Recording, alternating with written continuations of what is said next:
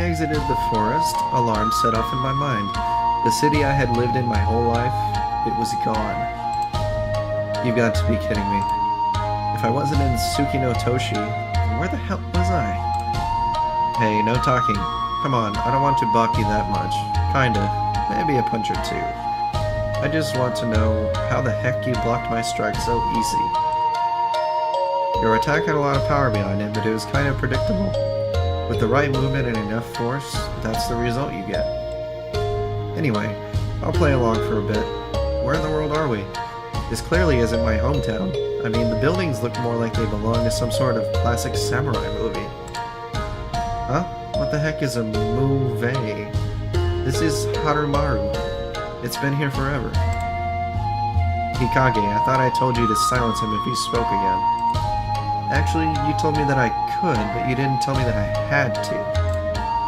Must be tough, being the subordinate of someone like that. Be quiet or I will silence you for good. This time it didn't seem to be an idle threat.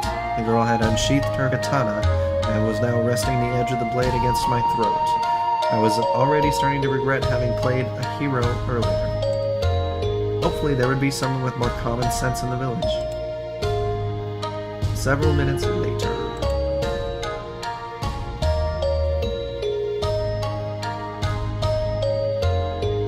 I soon found myself confined within a small room, the stern-looking sunder of a girl glaring down at me while the other girl, who was apparently called Narumi, seemed to have softened up a little.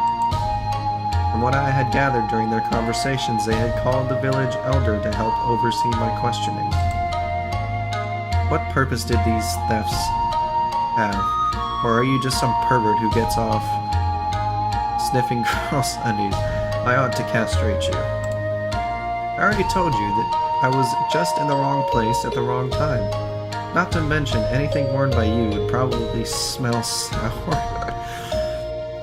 I couldn't see too well from the cell where they had put me, but I was almost certain I could hear Narumi laughing nearby. Tsukino Dono, please calm down. You brought him in to learn the reason behind his presence in the forest, didn't you? That is correct, Elder-sama. I believe he was working together with the fox spirits to steal panties and other undergarments. Objection. Huh? What are you objecting to, young man? The evidence surrounding the defendant's accusation was fabricated. Narumi-san, would you please answer this question for the judge? Was the defendant, that is, myself, anywhere near those girls while you two were in pursuit of them? Hold it. Just who are you calling a judge here? Lower your voice or I will strike you down. Hey, Mio-san, maybe the whole angry accusation thing isn't working. This guy clearly isn't a bandit. We could just ask him why he was up there in the woods. If he has a valid reason, then sure. If not, then he's clearly a panty thief, and we'll use him as a punching bag out in the yard. Finally. And here I thought this was about to become a turnabout case. I sighed deeply, partly amused by my own act despite the seriousness of the situation. Who would have ever thought mimicking characters from games and movies would end up getting me out of trouble? As long as I didn't become an ace prisoner, I don't know what that means, things would hopefully turn out for the better. A wise idea, Narumi-chan. How about you start by giving us your name? Gushiken Takahiro. So, what were you doing in the forest when these two were chasing the thieves? I'm not entirely sure myself. One moment I was praying at a shrine hidden inside the forest. Next thing I knew, some weird girl was talking to me. A girl? Yes, a girl with horns and a tail. I know it sounds weird, but I could have sworn I saw her before. I must have fainted. After that, I woke up somewhere in the forest. Somewhere in the forest, probably. Tsukino Domo, Narumi-chan, do you recall the stories behind the shrine near our village? Forgive me, Elder-sama, I do not recall. I know it's a place of high spiritual energy, a sacred place, but I can't remember the details.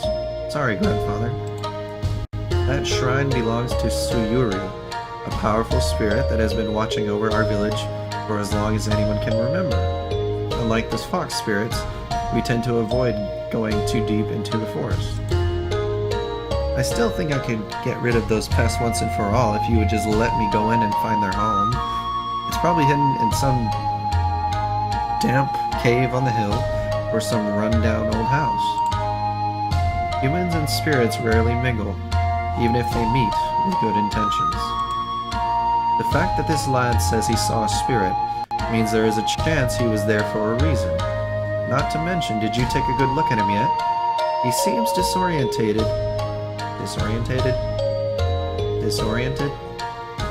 Whatever. And his clothes looked foreign.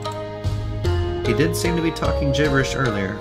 He claimed to be from a city near here, but there's nothing like that around for miles. He was also talking about something called a move, and he used some fighting techniques that I have never seen before.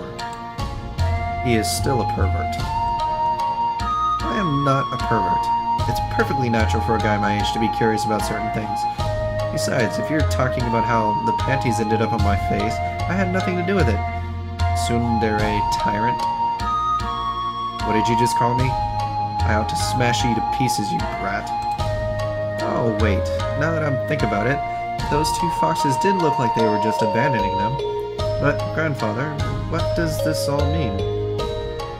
I can't be certain. However, I feel it is unlikely that he's working together with the fox spirits. Still, I have never heard of any human to come upon a spirit such as Suyuri. I dare say he might not even be of this world. Wait, are you trying to say that I'm in a different world now? That would be the most logical explanation. Sounds about right. In what world would that be considered logical? I have an important tournament to participate in 2 weeks from now. Well, no one has ever experienced something like this before.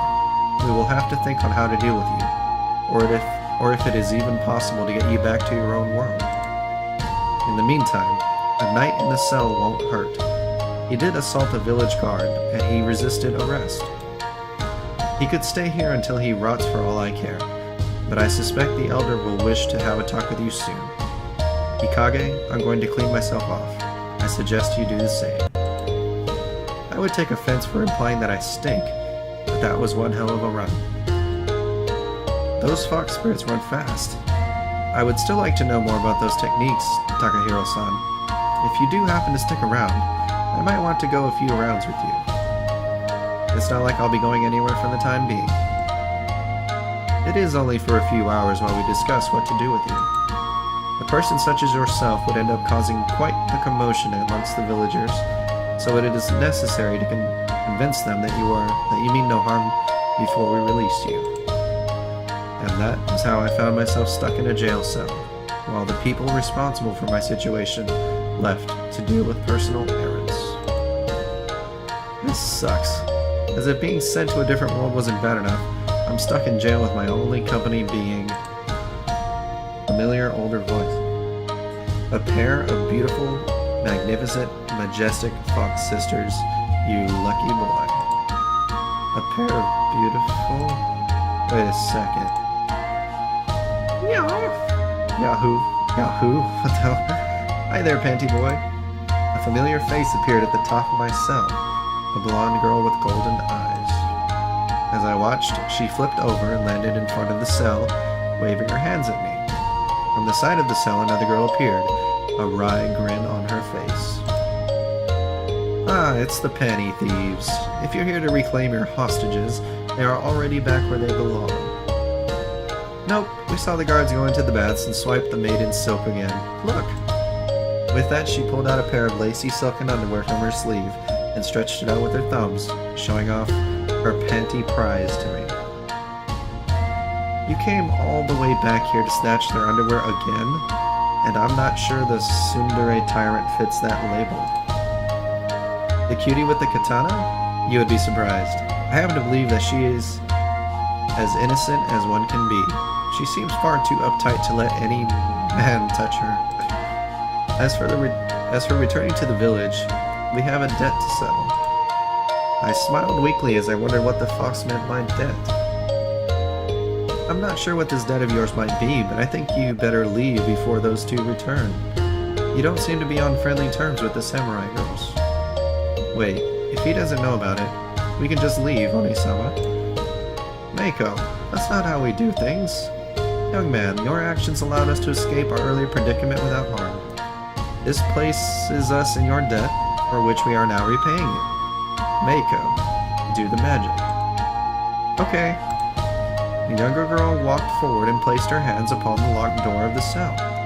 She began mumbling something that I couldn't even begin to understand, and her hands began glowing brightly. Different worlds, girls wielding weapons, and now fox girls using magic. Next on the list, I'm going to find a talkative magical sword and end up destined to save the world. That said, I was curious to see what this magic would do to the lock keeping me imprisoned. Ah! The glow flared for a moment before quickly fading.